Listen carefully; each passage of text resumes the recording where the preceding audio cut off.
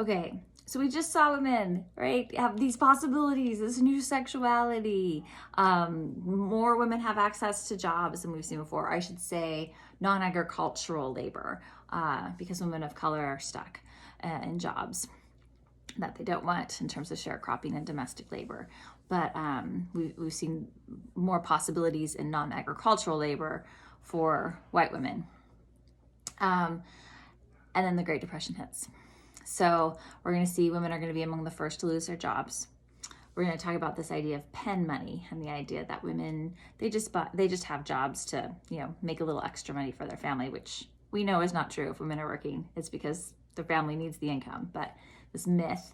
And we're going to see that women's lives in the now in the 30s are going to look more like the lives of their grandmothers, like the lives of their mothers.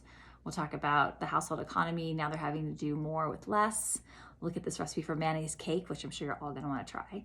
We're going to look at this iconic image, migrant mother. I'm sure when you see it, you're going to recognize it. It's whenever there's anything about the Great Depression, that image is kind of always thrown up.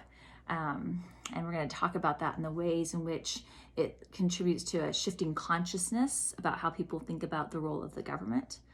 And you also want to think about the fact too that comes out of showing a mother and how different that might have been perceived, or even if it would have been acknowledged if there had been a man in that picture instead of a woman, or even a man alongside a woman. So it's significant that it's only her in that image.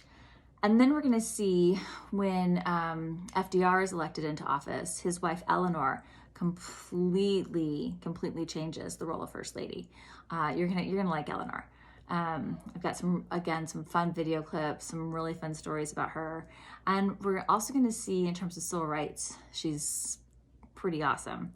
So I've got a good story in there with Mary McLeod Bethune. And then I also put Bethune here on the outline because she's significant in this period. Frances Perkins is also significant. So we're going to see some new possibilities for women in this New Deal. But I also put a question mark, like, is it a New Deal? Because we're going to see for women of color, it's not always a New Deal for them.